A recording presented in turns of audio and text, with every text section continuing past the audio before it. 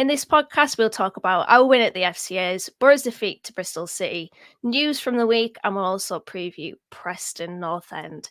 You are listening to the third best podcast in the Football League, and this is all your Boro Matchday chatter in a pod. Support. Curtis Fleming is there on the edge of the area. Fleming for Craig Hignett. Hit it, Higgy. Higgy hits the treble!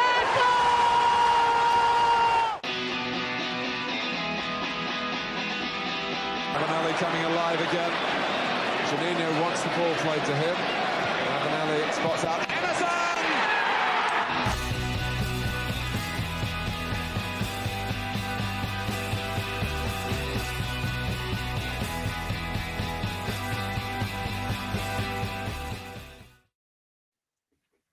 Hello and welcome back to the Boro Breakdown podcast. Boro returned from the international break with a defeat against Bristol City, and we will get on to that.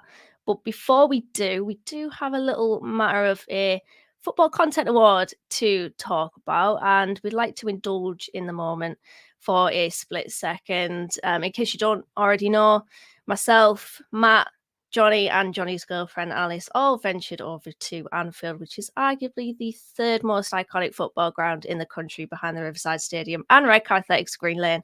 And we came back with a bronze award. Matt, you were there. What a night. Yeah, it was a bit of a pinch me moment, I think. I think for me in two different ways. So like as a fan of the podcast who's been a fan of the podcast for absolutely years, it was like a really proud moment to see you guys win the award, and then to like look back and realize that I'm actually a part of that team was like, okay, I'm pinching myself again. So yeah, it's a great achievement. It's great to obviously have all the hard work recognized, not just from recent times, but since you guys started the podcast. You're going back to when Elliot was on as well. So yeah, it was a great experience, a wonderful night. I'm really proud to be a part of the team. And as a fan of the Boro Breakdown podcast, I'm also really proud of you guys too. So yeah, up the Boro Breakdown podcast.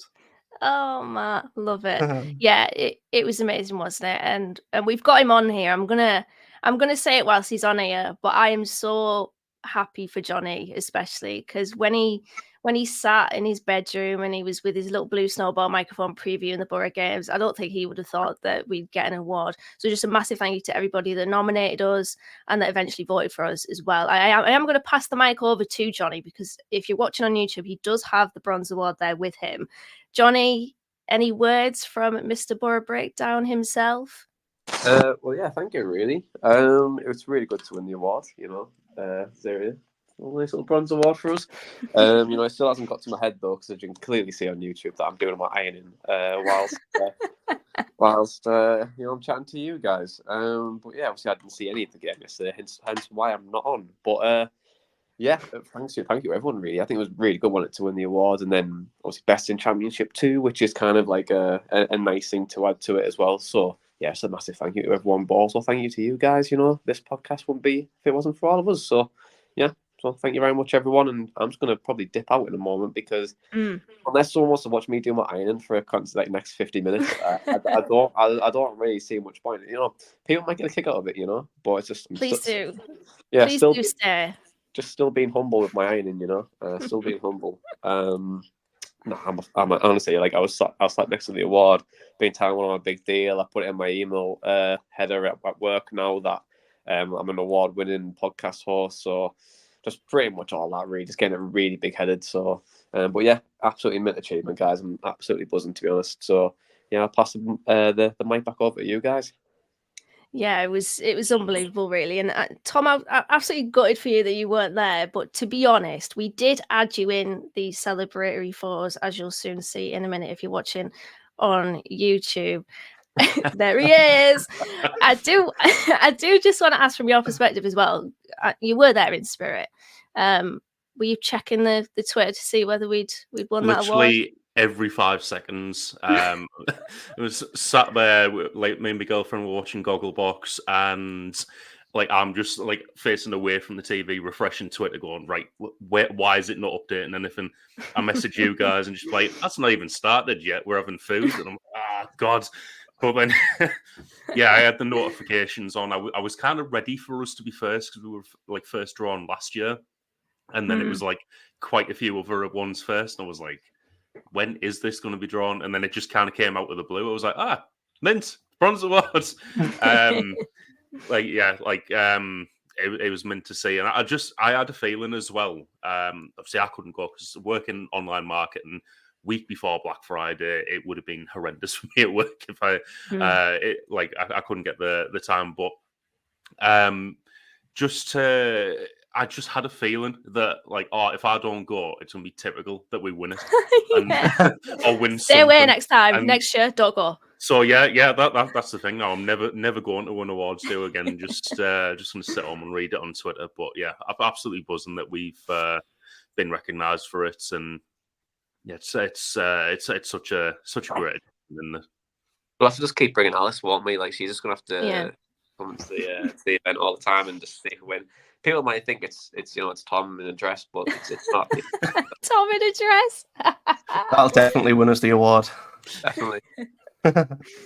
Right, absolutely brilliant. Again, just a massive thank you to everybody that voted for us. It's an amazing piece of recognition for us, and hopefully next year we could go one better.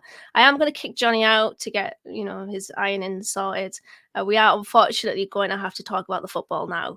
I really hoped that the FCAs win wasn't like the high point of the last week or so, but it was, because Boro went to Bristol City and they lost. Guys, let's talk one key takeout. What are your wonky takeouts from the week? Einstein says missed opportunity. Josh Vickers said a centre half in January will be the difference between in and around the top 6 to mid-table / bottom half. Greg said individual errors cost us, shouldn't have lost it. Another worldie goal against us. We'll obviously get onto that. And then Chris on Facebook says, I think we can echo these sentiments. I hate Bristol City away. Guys, one key takeout. Matt, I'll start with you. What was your one key takeout from Boro returning from the international break with a defeat against Bristol City? That I never want us to return to ASHTON Gate ever again. And you know what? I just going to that ground instantly just gives me this like aura of trepidation. And when we went there, I just thought, you know what? It doesn't matter that we've come off the back of beating the league leaders. I always expect the worst when we go to ASHTON Gate. I expect there to be chaos, lots of goals, but it'll probably make numerous defensive errors and we'll always come out on the wrong side of it. And I think it pretty much ticked every single box that you'd expect on the Boro go to Bristol City checklist. So it was frustrating, I think, especially given the fact that we turned into second half FC again and got 2 goals and levelled it up. And at that point, I really did think we were going to go on and win the game. But then to go and lose it again with another sort of, it was from a set piece. It was a poor third goal to concede. Just sort of summed up the game, really. So I think it's a sign that we're still working in progress. We've still got problems, especially at the back, especially away from home. And it was just, frustrating. Dare I say, typical Boro, really. Yeah, definitely. Tom, what are your one key takeout from the Bristol City game? Well, I mean, me key takeout this week is that I hate international breaks. I feel like if we'd have played Bristol City the week after we beat Leicester, we might have still been on a bit more of a high and kind of carried that into the next game. But it did feel a little bit disjointed yesterday, and it's typical. I feel like with Boro international breaks either go one of 2 ways. We're either losing before it and then we'll come back with a draw or a win, or then it's the other way around. We're winning before it and then we'll lose. But yeah, it wasn't a fun watch. I think that it's made even worse by the fact that like Bristol City clearly like skipped past telly, broadcast, player cam, etc. and went to Google Earth cam because. Not Google Earth cam. It was like watching Football Manager in 2D. Like, I just hate that camera in ASHTON Gate. But just disjointed performance yesterday, and what wasn't particularly enjoyable one. And I think we did it to ourselves as well. Which is the thing. Like, to go in 2-0 down at half time, I was like, how have we managed this? Like, I still think we can get something out of the game. But Bristol City didn't exactly do a lot in that first half. I think Mm. Maddo and Mark Drury were commenting on it during the first half, saying how quiet it seems. The Bristol City fans were getting on their players' backs at times because they were going backwards, and they never looked likely to do anything. And then it just kind of comes out of nowhere towards the second half, towards half time. I'm thinking we've done this to ourselves. I don't know how we've managed it. I will say that I think regardless of whenever this fixture was played, I always thought we were losing at Bristol City. There's just something about them in particular that gives me the heebie-jeebies. I don't like playing them at all. But I think my key takeout from the week, honestly, is that this is just who Boro are at the moment. And I mentioned it on teas. People say that Bristol City are average, this, that, and the other, but I don't feel like we're that much better. I think in terms of our ceiling and our potential, we're probably better than Bristol City. But I reckon, and I hate to maybe put this out there, I reckon this may just be a consolidation season. Of course, you don't want to think that, and obviously we did beat Leicester last week, but I feel like this is Boro. We can beat teams like we can beat teams like Leicester, but then we can go and lose against teams like Bristol City. People say we have to be beating teams like Bristol City, and if you want to get up into the top 6, yeah, you should be beating them. But I feel like Boro have consistencies within their game and flaws within their game that need massively ironing out. And until we see them being ironed out, this is just us, in my opinion. We're going to have games where, yeah, we could beat the league leaders, but then we have games against mid-table teams where, unfortunately, we fall short. And I just feel like that is what Boro are, unfortunately, which is a far cry from my second place prediction pre-season. But I'm going to forget that even happened. I never said that. It wasn't me. It was my doppelganger. But yeah, Bristol City then, we will talk about it in depth because Michael Carrick made one change for the visit to ASHTON with Emmanuel Latilath coming in for Josh Coburn. Tom, how do you think Latilath fared? Because that was his first start in the league since Blackburn away in mid-September. Honestly, I forgot he was on the pitch at times. And Same. that wasn't just because of Google Earth Cam either. I didn't notice any presence up front. And I mean, that's not to say like Coburn's been absolutely fantastic or anything like that, because he's done a job in the team. He's not been a standout for me in most games he's played, but he's done his job in the team. With Latilath up front, he's obviously bringing something different, but we weren't kind of playing to his strengths and getting in behind the defence or anything. So when you're doing that, it just means he's going to be a little bit invisible because, I mean, he's not like a hold-up striker, and he had a couple of like decent runs and managed to pass the ball off on the edge of the box, but never really noticed him getting too many chances to score, and it didn't look like we were using him in the way that it looks like you should use Latilath. Yeah, I kind of echo that. And I don't think it necessarily helps that at times our midfielders were taking far too long to release the ball. Like the amount of times that Hayden Hackney had it, for example, and Johnny Howson was in front of him for that first time pass to just quicken the tempo, because in that first half we were too slow. We were far too slow, far too predictable. I think Bristol City were content in their shape. They were content in the way that Boro were playing with the ball because we weren't attacking them, we weren't hurting them, we weren't penetrating that defence. And when you have Latilath, you need those balls in behind. I feel like you need that quick link-up play, quick combination play. We just didn't have it. But Matt, what was your overall assessment of the game against Bristol City? Because, my God, because someone knew ASHTON Gate, I absolutely hate that stadium. Yeah, I mean, I agree with Tom about the camera. I can't stand it. I almost felt like the ISS was just going to start floating past the front of the screen. I mean, there was I already saw seagulls and everything between us and the pitch. I think I was going to say like a Boeing 737 fly past. But yeah, other than ASHTON Gate, I think it was a game that personified everything that I guess is good about Boro at the moment, but is also bad about Boro at the moment.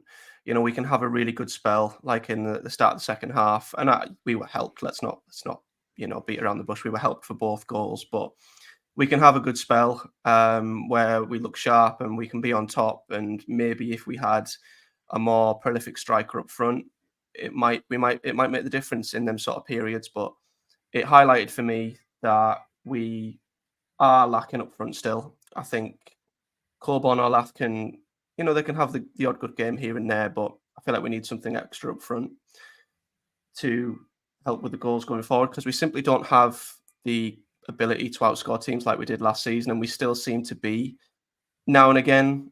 We still seem to have these defensive errors in our game. I think Engel missed a header for the second goal. Obviously, Dale Fry had probably 5 of the worst minutes of football you'll see from a centre back at the end of the first half. So, yeah, there was good parts of Boro, the bad parts of Boro, but overall, I don't think we deserved to win the game. I think the draw would have been an unbelievable result for us, and I just hope we can iron out these inconsistencies, because you make a good point. If we are going away from home to Plymouth, conceding 3, going away to Bristol City, conceding 3, how many times are you going to equally score 3 to get something from the game?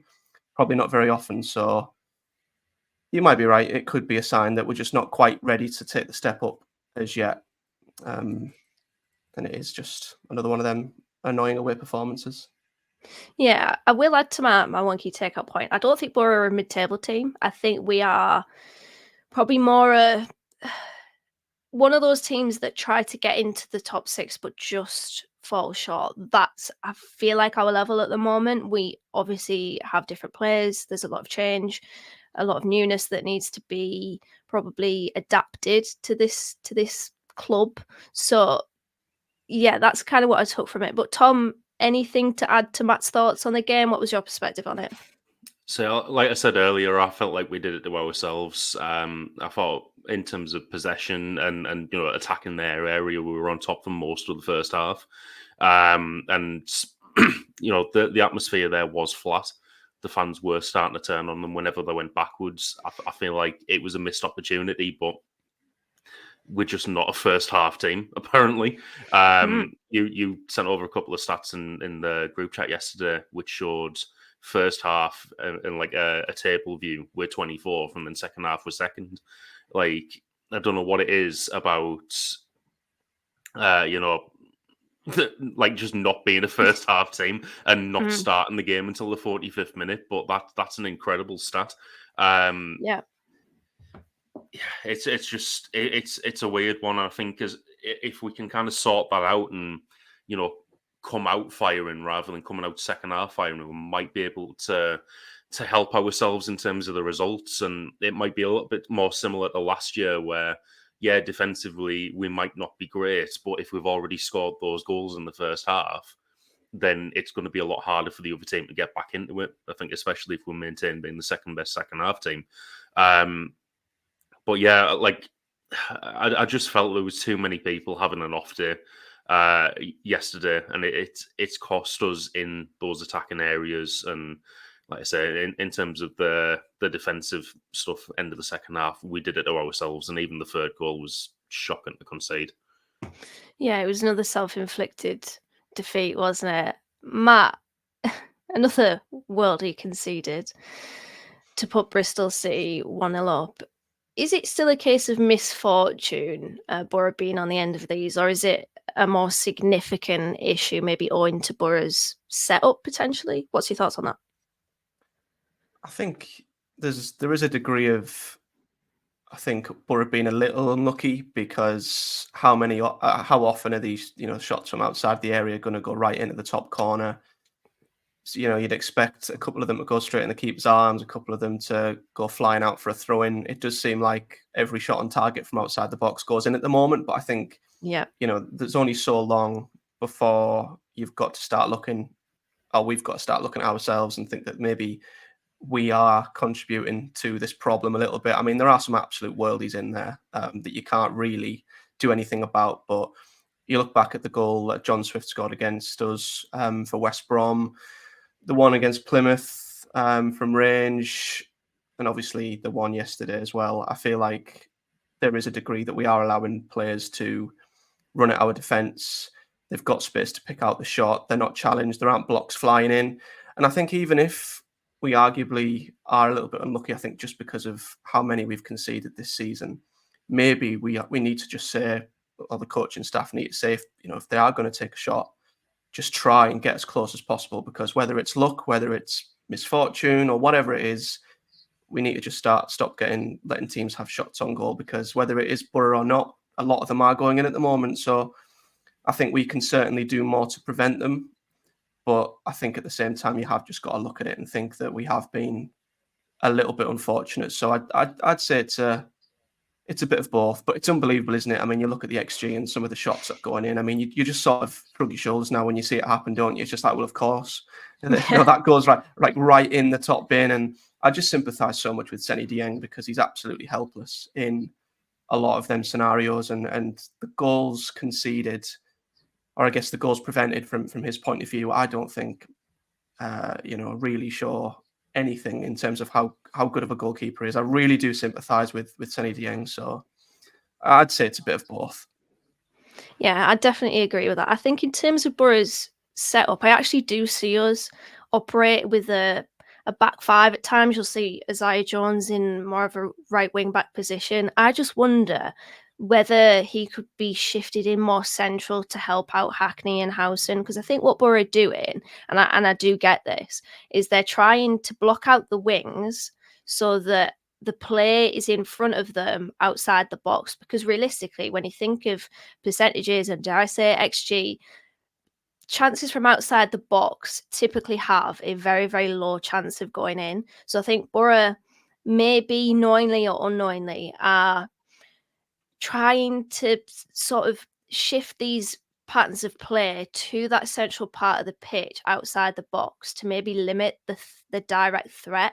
Now, unfortunately, we have been on the end of some worldies. I mean, that Andre Dazelle goal against us for QPR is probably one of the best goals that I've seen. Unfortunately, it came against us. But I do feel like there's a degree of passiveness. And there was when we had bad form at the beginning of the season. We did change it up a little bit when we went on that run. I feel like we added a bit of aggression into midfield where instead of disengaging, we would engage. And a big theme of yesterday's game was Dale Fry in particular, sitting off, backing off, backing off, backing off. And I feel like when you do that, you are literally giving the opposition player an open invitation to shoot. They are doing that. And unfortunately for Boro, they're going in. So I do agree. I think there is misfortune to it, but then I always think that you can improve certain things. I just wish that maybe Howson and Hackney could get help a little bit. And what happened quite a few times in that game yesterday, turnover of the ball, like Sam Greenwood losing it, keep hold of the ball, and then that, the problems won't arise from that. So just kind of add on to that as well. I think it was after the Exeter game, possibly. Carrick was actually asked about it in the press conference, and they were like, "Why are we conceding so many like worldies at the moment? Do you put it down to like bad luck?" And he said, "No, because there are like phases of play before that we can look at, identify, and think this is where that came from." So it's good to know that they're aware that it's a problem, and it's something that we could probably work on and cut out, but it doesn't seem like that's happening just yet.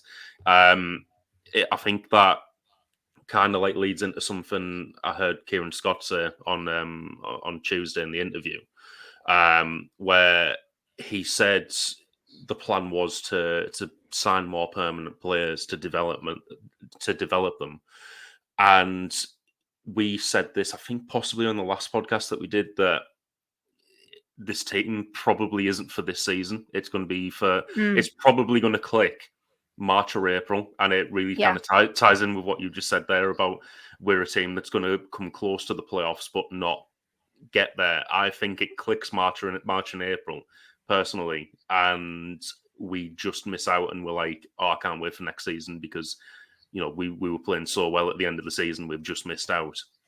In terms of the development, that goes for the defensive side of the game as well. And we're clearly kind of still working on implementing this plan to stop these kind of goals and stuff. I think it's going to be a process till we get there. And like I say, I don't think we're going to see the fruits of this until a couple of months' time at least. Yeah, it is frustrating in the meantime, isn't it? I don't think we could get away from that. But this is a team that just needs developing. I mean, I mentioned last pod as well how young that team was that was on the pitch against Leicester at one point. Like, we had so many people in their early 20s. And with that comes a little bit of naivety. I mentioned it on Tees yesterday. I do feel like there's a naivety in our game. And it probably also comes down to Carrick as well, because Carrick instills this game plan where he obviously wants to be, he wants to have more advantages in attacking phases, which is why we have Howson and Hackney engaging in the attack rather than maybe having one as a sitting midfielder. I like that. But the drawback of it is that when the ball does get turned over, we're immediately chasing. And that's why we sometimes have these situations where there's that tiny gap in midfield where it is just prompting opposition players to run into that space and to shoot. So it's frustrating, but a couple of, like a sprinkle of people said on Twitter that this is basically just where we're at, and maybe we're just going to have to deal with it. We have great expectations of Boro based on last season, but maybe we need to refine that. I've certainly refined mine. I'm not going to tell other people to refine theirs, but I'm just saying I've refined mine. But Tommy Conway, guys, made it 2-0 from the spot. I always laugh. Someone called Tommy Conway an industry plant because he seemed to just pop up from absolutely nowhere. Character and Peaky Blinders, isn't he? Might as well be. Any complaints about the penalty that Fry conceded, Matt? I don't think so. No, I think it personified that spell that Boro had, and out of the blue as well. And it does harken back to the argument that we are, we're a team in progression. We need to be refined. We're not the finished article. And we went from being in a game that was pretty even, I would say, a tight game. Both sides were sort of butting heads a little bit. And then we just had this 5-minute spell of just absolute chaos. I know they scored an unbelievable goal, but as we've just mentioned, it could have been avoided. And I think not long before, Isaiah Jones played an absolutely wonderful through ball. It's a shame he can't do that going the other way. But he played an amazing through ball at Tommy Conway, I think, and Dieng made a great save.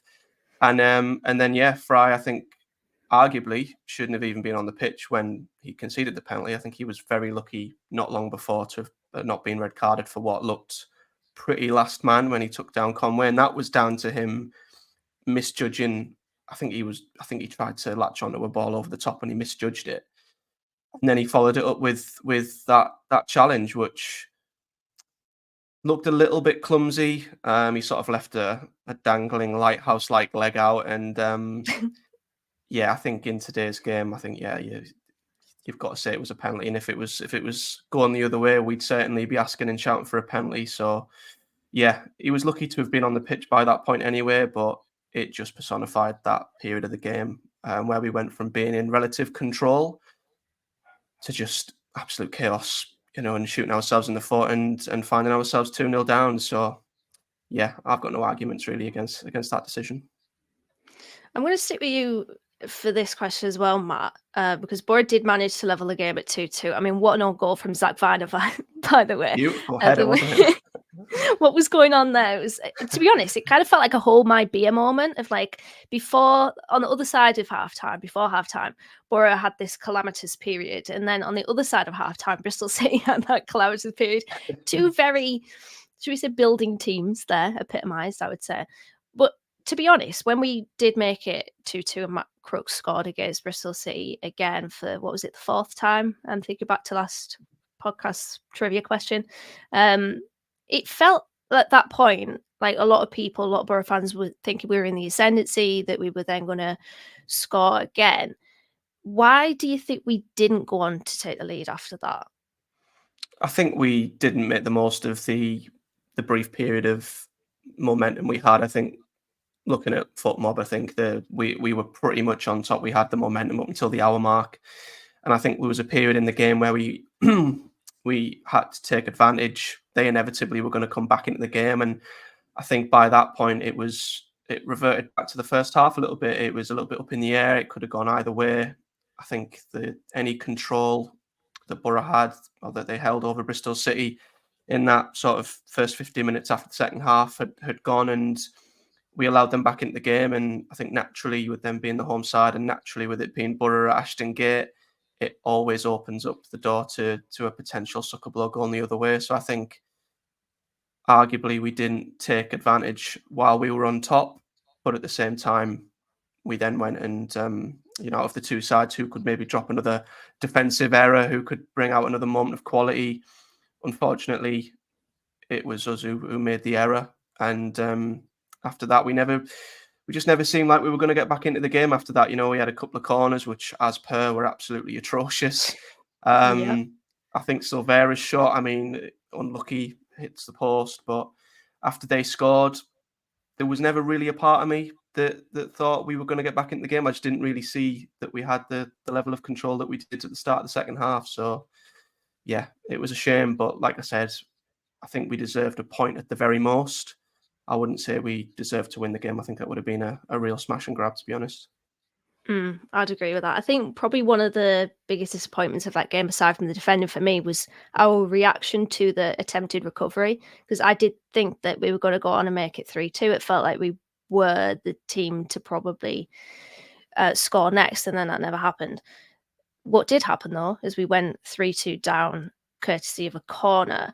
Tom, is there anything Boro... Well, there is things that Boro could have done better there. What do you think could have been done better to avoid that from happening? Ooh, I mean, all of this, but for me, Moving on. and for me, off that corner, there was just far too much ball watching. And I think the main culprit from that, and it's obviously led to the goal, was Sam Greenwood. He was at the back post.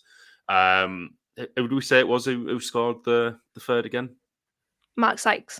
Mark Sykes. He goes around the back of him while the ball's coming over. I mean, potentially, Greenwood's thinking Dieng's maybe done enough to tip it around the post or something, but he does just stand there. He doesn't know where Sykes is behind him, and he does make that kind of arc and run around Greenwood and gets on the end of it unchallenged. Arguably, we could have done a little bit better to win the ball off the initial corner. I know Dieng looked like he was going to come out for it, then went back, got stuck in no man's hand a little bit, made a good save to kind of recover it. But we've seen it a few times off a few different players this season. The ball watching at the back post and just kind of like losing their man off set pieces or even in open play at times. And that, again, leads into the development argument. We need to get to a point where that's not happening. But it's all about those lapses in concentration. And unfortunately for Greenwood, he was the one who had the lapse in concentration this week. Let's part with that game then. We have obviously just come off the back of an international break, and there was news. I'm going to pass the mic over to Tom. Tom, do you want to catch us up with the latest news from the international break? Yeah, well, it was an eventful international break, unfortunately for us, because Daryl Lenihan is out for the season. No more bets for you, Tom.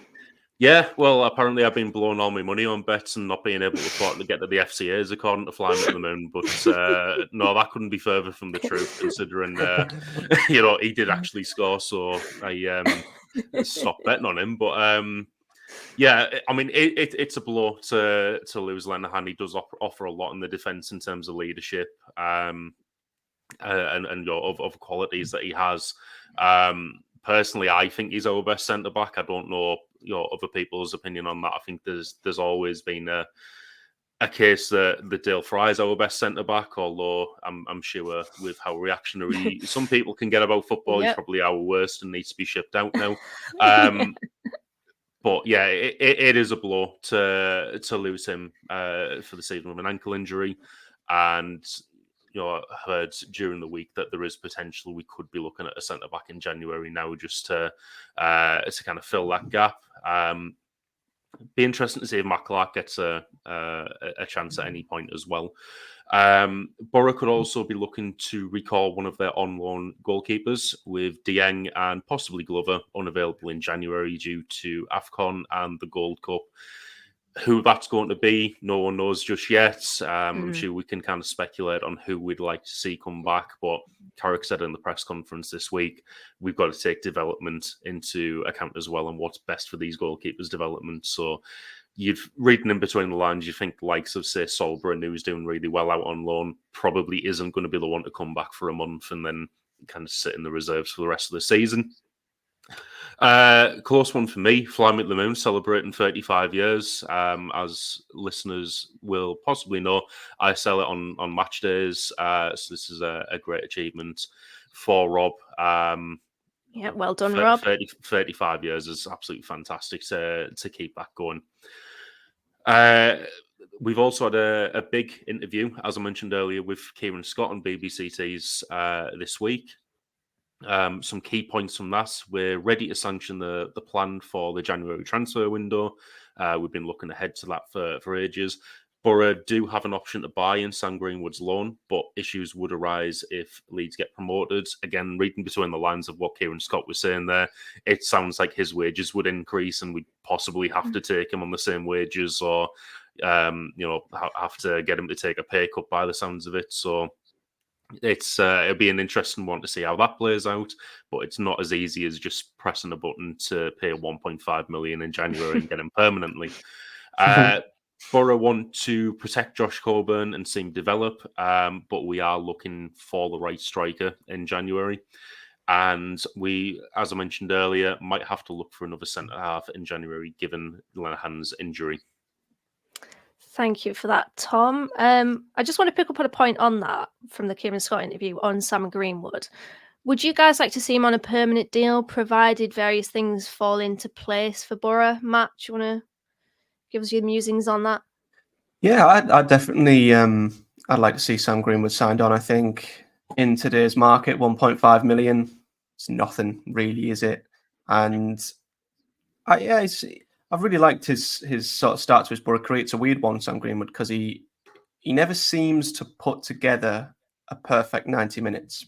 That does any footballer, but I think he there's often periods in the game where maybe, like you say, it's the fact he's a young player, maybe a bit of naivety with the goal we conceded, obviously, yesterday. He is susceptible, I feel like, to maybe give the ball away at times. His decision making sometimes isn't the best. He'll hold on to the ball for too long, and he'll take a shot when he shouldn't. But he always pops up with goal contributions every single time, and you just can't ask for any more than that. The moment of magic against Leicester is one that instantly, I think, makes him a bit of a hero this season. Obviously, he won the ball back and assisted Crooks' second goal yesterday, or Boro's second goal yesterday. So I think we've got a player like that who affects the game, even if it is only as and when. You've definitely got to look at that, and he's only going to get better and he's only going to improve as well. So I think the prospect of the player he might become under Michael Carrick is also quite exciting. So yeah, I'd definitely action that if it fits within our wage structure. And on a little side note, you can't not love the way he waves the Boro fans on when he's on the pitch. I was gonna try dropping a Mackham accent there, but I was just gonna make a fool of myself. But you can't not love that as well. Don't worry, I've done that on the podcast before. Yeah, with Sam Greenwood, I mean, 1.5 million in footballing terms is relatively cheap. I do feel like Boro fans are overrating him, though, I will say. And I take your point completely and agree with it, whereby I think in terms of a 90-minute performance, there are parts of it where he just needs refinement, like his decision-making against Leicester, where we broke and Crooks was in and he decided to take a shot himself, which was easily collected. There's some times where I just think that, I mean, he did say when he joined Boro that he likes to shoot from anywhere. So fair enough, he's staying true to what he said. But I just feel like at times you just need to be a little bit more selfless. And listen, he's got 4 goals in 7 league starts, I believe it is. So whilst he keeps the goal contributions coming, I'm not going to complain too much. But I'm neither hot or cold on Greenwood. I'm more lukewarm, I would say. So 1.5 million, I would still like to see him join for that much, because he's, like you said, he's got potential. Johnny mentioned it on our Lowdown podcast. It's just, can Michael Carrick bring out the best in him? And I think he will become better, I hope. But there's just parts of his game where I'm thinking he just needs a little bit more development. So yeah, I don't agree with the general opinion that like he's been really, really, really good for us. I think he's been okay, and that's been fine. But we're going to park the discussion there, and we are going to move on to podcast questions.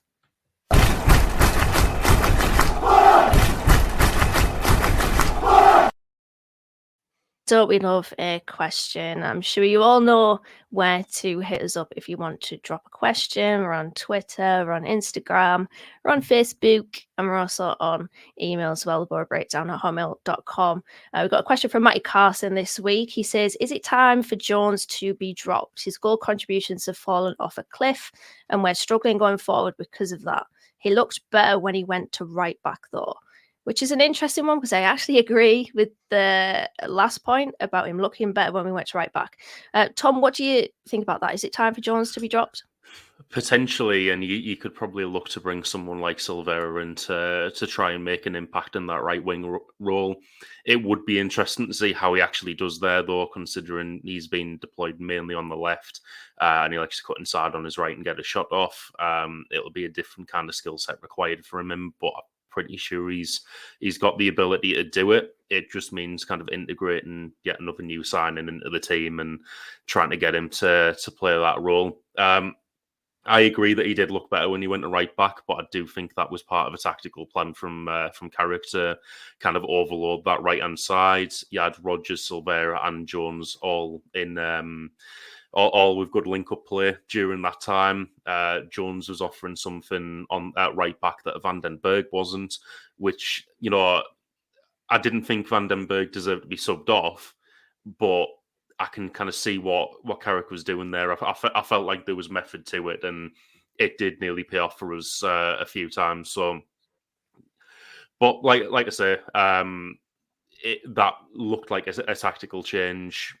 I don't mind Jones kind of spending a couple of games out of the side, maybe coming on as a sub towards the end of the game. We've got options on, so if we can. Put Silvera in there or something. Maybe just kind of take the heat off Jones for a couple of games, and then hopefully he'll come back firing and have another positive spell. He just massively frustrates me, Jones. He really does. Like, there was a moment yesterday where he put in a good ball, and it was either Mado or Mark Jury on commentary made a note of it. And I made a note on that you never hear that often. You never hear, oh, that's a good ball from Jones, because they're not. Like, simply put, they're not good balls in the box. And there was a moment in the game in the second half where he got in behind because the ball was played down the flank into space. That is, for me, where you need Jones to be. You need to play him in behind into that space because, and we saw it, to be fair, we saw it in his breakthrough season where he had that like soccer AM skill school, as I called it, element to his game where he could basically have a defender, a fullback stood in front of him and he could take it past him. I haven't seen that over the past season and a half. So I don't know. It's an interesting one with him stylistically, but we just don't have enough depth there. Force is out injured. Yes, you can play Silvera there, but Silvera is the type of striker to cut in and shoot. That's him stylistically. There's been a few shouts for Latila to play there, not so sure. So maybe looking into January, maybe if we do want to kick on, we look for another right midfielder or a right winger. But it is an interesting one. Next question from Lou. He says, why are we so poor defensively away from home? Matt, do you want to tackle that one? I mean, there could be a number of reasons. I think ultimately the way we set up, the way we play, I think it just leaves us more susceptible away from home when sides are maybe looking to attack a little bit more, maybe looking to penetrate us a little bit more. So I think ultimately, I think our style of play suits us when we're the home team. And I think it maybe doesn't suit us when we're the away side. But equally, I think in a lot of cases, we simply don't help ourselves. I think even if the setup was right, and I looked at with the fact that we pocketed Leicester, 2 weeks before just before the international break, that for me I thought was a good starting point or a springboard for how we can maybe look to defend, going forward. Obviously, every team's different, but I thought we were really, really solid that day, and we did have a run, didn't we? I think throughout October, was it into November, where we were really, really good. We might have had like 4 or 5 games where we didn't concede, or 3 or 4 where we kept, back to back clean sheets. So it's there, I feel. I think it is mostly down to just a bit of defensive naivety and individual errors, which has been the case under Michael Carrick since he come in, and I would like to see it rectified. But ultimately, at the same time, I think the way we play, we look to attack and play on the front foot, and we just don't really have the prolific strikers up front, the goal scoring ability to outscore teams like we did last season. So I think we had exactly the same issues last season.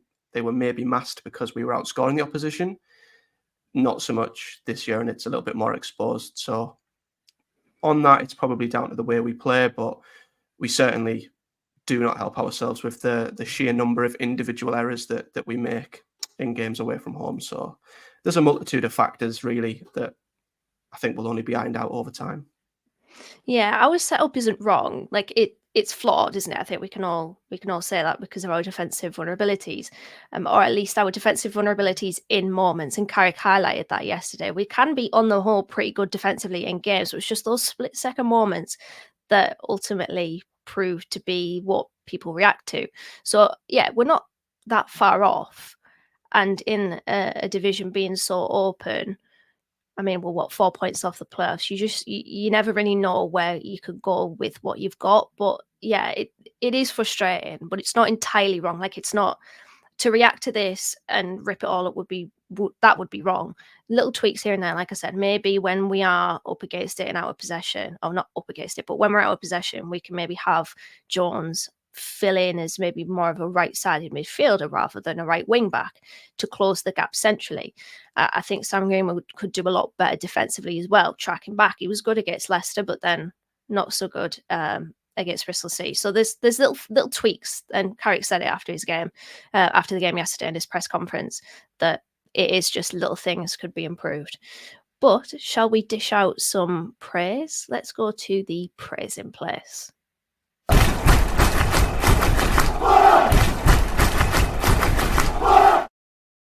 I'm going to quote Johnny here and say, yes, the praising place. This is the place where we praise, well, anything really, whatever you want, whatever you please. Guys, who gets your place in the praising place this week? I'm going to go with Tom. Unleash your praise onto the Boro Breakdown podcast. I only have one this week, and I'm going to say Seny Dieng. I didn't really think too many people deserved it yesterday, but I mean, the unfortunate thing for Dieng was he made some good saves on probably the high XG chances, and then had no chance with the low XG chances, which is frustrating. He deserves better than that, but yeah, I mean that save off the 1-on-1 off Isaiah Jones's through ball, that deserves praise in itself. So yeah, I'm going to go with Seny Dieng for that, and probably Johnny's iron, which I can still see in the studio at the moment. I'm going to put Johnny's ironing because it seems like he is doing a good job with that shirt. Matt, who's in your praise and place this week? It's a nice design shirt, isn't it? I think the Boro Breakdown podcast has to go in the present place for the FCA triumph, of course. And I would have also went with Seny Dieng, not just because I'm his number one fan, and no one will tell me otherwise. There were periods where he kept us in the game at times. I think especially first half made a very, very good save, as you say, from Tommy Conway's 1v1. He was unfortunate with the third goal. He made a good save there, but obviously they got the rebound, so it could have certainly been worse for Boro if Seny Dieng hadn't pulled off the saves he did. But I think for variety, to maybe put someone else in there, I think I'm going to put Crooksy in there. I think you'll agree, Dana. You are his number one fan. I think, again, he affected the game in a positive way. Loves a goal against Bristol City, and I think he took his finish quite well yesterday, putting it into the near post. So there wasn't many candidates for the praise and place, but I think they're probably the two I would go for. Yeah, I do love me some Crooksy. I would agree as well. Seny Dieng, he's very, very good, but then when you look at the stats, it doesn't reflect so. So I think it would be maybe a bit naive to look at the stats for Seny Dieng, because from the eye test, he's a bloody fantastic goalkeeper. And I was maybe a little bit reluctant to say that he was an upgrade on Zach Steffen. I think it's very safe to say that he is an upgrade on Zach Steffen. So I will put him in there. And I just want to mention as well, I forgot to say this, but for the FCAs, Boro actually were in the final 10 of their category best content creator in the Football League. So just want to shout them out as well, Nathan and Chris. We had a good old chin wag at the FCA. So well done to them for getting there. Hopefully next year they could go one better. But yeah, praise and place, got to put in there Seny Dieng. Should we have some good old-fashioned trivia? Test your knowledge, because we do play Preston North End on Tuesday night. So what better way to preview the game than to have a little bit of trivia? So guys, get your little notepads out, and everybody at home, if you're watching, if you're listening in your car, get ready, because we do have a question. It might be an easy question, it might be a hard question. You never ever know. So are we ready? Are we steady? Born ready. Good. All good to go. So guys, who was the last player transferred between Boro and Preston? You have 30 seconds starting now.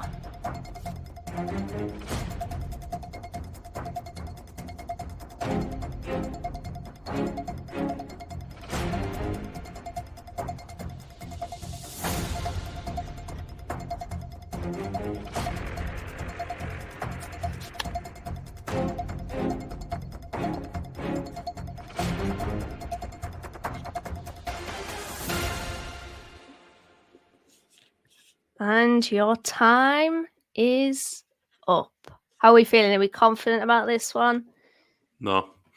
Yeah, I'm not too sure, not. to be honest. I don't I know. thought it would be an easy one. Right, let's see what you've got anyway. Tom, reveal your answer, please. Right, this is definitely going to be wrong if you thought it was an easy one, but I didn't know if we were counting loans as well, and I've gone with Taylor Swift's best mate, Sean St. Ledger, the original Travis Kelce. Matt, who have you gone for? You know what? I put 2 on there, and I went with Tom's. I wasn't sure if it was a transfer or a loan, so I've gone with one of each. So transfer, I've gone with David Nugent, just because I remember him in a Preston shirt, but that might have been after Boro. I think it might have been, so that's probably wrong. And I did go Sean St. Ledger, because obviously he goes down as one of Boro's greatest ever centre-backs. So, even if it's wrong, he deserves a shout-out. I actually can't believe you haven't got this one. You are both wrong. The answer is Darnell Fisher. Ah, yeah, of course. Yeah, Darnell Fisher recently retired because of that knee injury that he picked up at Middlesbrough, but not technically at Middlesbrough because he was at home. I think somebody fell on his knee. Imagine that ending your footballing career. But yeah, Darnell Fisher was the last player to be transferred between Boro and Preston. He joined Boro, I can't even remember when it was, but for about 300k, I think it was. And yeah, didn't make many appearances for us, but he does have that game against Norwich where he followed Todd Cantwell around like a child. So at least he's got that. But yeah, the answer was in fact Darnell Fisher. If you got that, listening at home, very well done. If you said Sean St. Ledger like these two, you're wrong. Sharpen up on your knowledge. Anyway, we do play Preston North End, and because I just knew that we weren't going to get a Preston fan on this podcast, I did my own research on them. So don't worry, Dana's got you covered. Preston this season under Ryan Law, they either play a 3-5-2 or a 3-4-2-1. They're actually 5th bottom for XG this season per Opta Analyst. So Preston are overperforming their XG, whereas Boro are underperforming it massively. They've managed under 1 XG in 7 of their last 10 games, but we'll caveat that with a 2.2 XG, a 1.13 XG, and a 1.76 XG within those 10 games. The general consensus, though, from Preston fans is that they're not particularly creative. I did have a gander on their fan forums. They said, another huge issue I've got is we create nothing. This is far from the brand we were promised when Law came in. Another one said that all of our threat in that first half against Cardiff, the last game, which they were winning 1-0 until the 94th minute. I think Cardiff equalised, then they scored a 97th minute winner. But yeah, all of our threat in that first half came from the right flank and nothing from the left. So a few people are saying that their setup is a bit lopsided. Robbie Brady was coming under some massive criticism. He got sent off against Cardiff. They were saying that he should be shipped out, which is interesting because he was one of their star performers last season. I actually had him in my championship fantasy team. He probably is still in there this season, so I need to get rid of him, but I haven't looked at it for ages. But they average 2 passes per sequence. So in terms of style, they're not typically a patient build-up team like ourselves. They've managed just 12 attacks this season from open play that involve 10 plus passes. Compare that to Boro's 40. They are a decent pressing side, though, accruing 117 high turnovers, and they only allow the opposition, on average, 12 passes before the action. So I feel like they'll want to win the ball quite high up and then try to capitalize within the immediate aftermath of winning possession. So that's one thing to look out for from a stylistic point of view. Guys, Preston North End then, I want to hear your memories. What's the first thing that comes to your heads, your minds, when you think of Boro against Preston? Matt, hit me with it. I think it's got to be, was it 5-0 last season? Was it 5 or 4? 4-0, 5-0? 4. That was one of them games where you just look back and you see Archer and Akpom and you think, wow, we had some finishes in that team. So I think that's a memory I always think of. I don't really have many positive ones. I'm going to lie about, not going to lie about away from home. Obviously, we got absolutely spanked by them on the final day, didn't we? Was it under Wilder? Yeah. So yeah, my memories of Preston aren't exactly that positive. So I'm just going to reminisce on that wonderful display of finishing that I think might have put us like 3-0 up or 4-0 up by half time last season, which was absolutely wonderful. So I'll go with that. Tom, what's the first thing that comes to mind when you think of Preston? I've got a few. The 0-0 draw at the start of the promotion season. Yeah. Was expecting so much from that game, and it just didn't. Still for his debut. That was. Yeah, it was.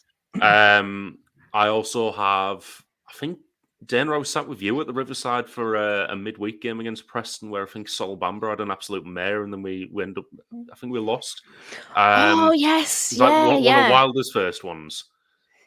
I remember that because Emil Rees scored, didn't he? And we were pissing about with it in the box for some reason, and Emil Rees nabbed it off us and scored. Yeah, I remember that. Yeah. Good grief. And then my last one is going to Preston away last season and seeing Emil Rees nearly take the net off right in front of me after Akpom had already scored. We've been linked with him before. Boro, if you fancy spending some money in January to bring in the striker, him.